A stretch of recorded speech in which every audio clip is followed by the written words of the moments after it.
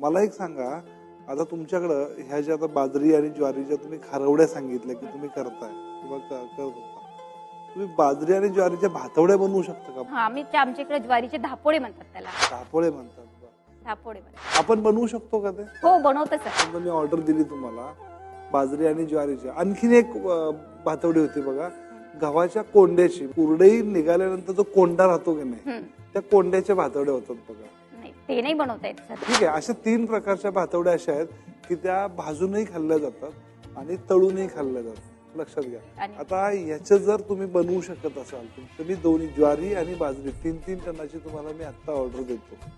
चालेल ना सर. तुमच्याकडे बटाटे तयार असतात का तुमच्याकडे? मी चिप्स करते सर. बटाट्याचा खीस आणि वेपर्स ते जर देणार असाल तर त्याची 3-3 टनाची ऑर्डर तुम्हाला मी आता सांगतो. माझा बिझनेस तसाच वाढून राहिला. मग तुम्ही ऑर्डर दिली की माझा बिझनेस वाढला.